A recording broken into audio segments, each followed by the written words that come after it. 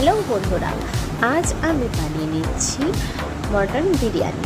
তো দেখো, এখানে পেঁয়াজের বেরেস্তা আর ডিম সেদ্ধ করেছি। এখানে দেখো এগুলো সব রেডি হয়ে নিয়েছে। এরপর মটনটাকে ম্যারিনেট করে আধ ঘন্টা মতো রেস্টে রেখে দেবো। মটনে দিয়ে দেবো আদা, লঙ্কা, রসুনের পেস্ট, হলুদ গুঁড়ো, লঙ্কার গুঁড়ো, ধনে গুঁড়ো, জিরে গুঁড়ো আর পরিমাণ মতো নুন, টক দই আর পেঁয়াজের বেরেস্তা, সর্ষের তেল।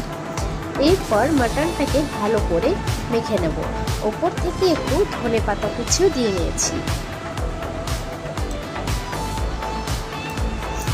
এরপর কড়ায় বসে তাতে কিছুটা পুদিনা পাতা, গরম মশলা আর তেজপাতা, সর্ষের তেল, নুন দিয়ে পরে জলটাকে ফুটিয়ে নিচ্ছি আর দিচ্ছি একটু লেবুর রস, যাতে ভাতটা সাদা হয়, আর ওপর থেকে কিছুটা ধনেপাতা কুচি।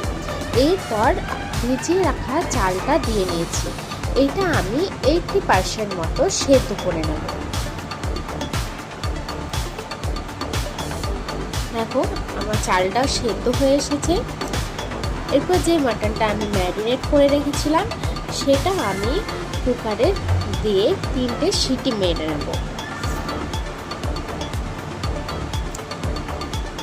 মাটনটা হয়ে গেলে আমি সেটাকে কড়াইয়ে ঢেলে সেদ্ধ করে রাখা ডিম আর আলু দিয়ে ভালো করে ফুটিয়ে নেব। এরপর কিছুটা মশলা আমি বাটিতে তুলে রাখবো, সাথে মাংস আর ডিমও।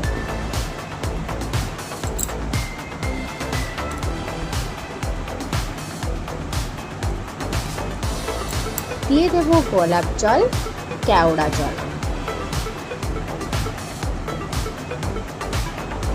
এরপর গ্যাসের ফ্লেমটাকে লো রেখে দিয়ে দেবো সেদ্ধ করে রাখা চাল।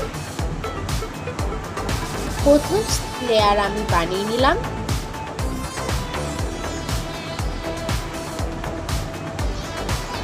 লেয়ার বানিয়ে দিয়ে দেবো ওপর থেকে বিরিয়ানি মশলা।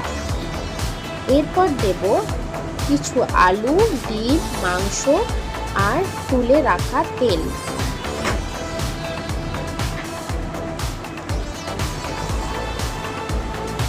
এরপর দিয়ে দেবো গোলাপ জল আর কেওড়া জল। ওপর থেকে দেব পেঁয়াজের বেরেস্তা।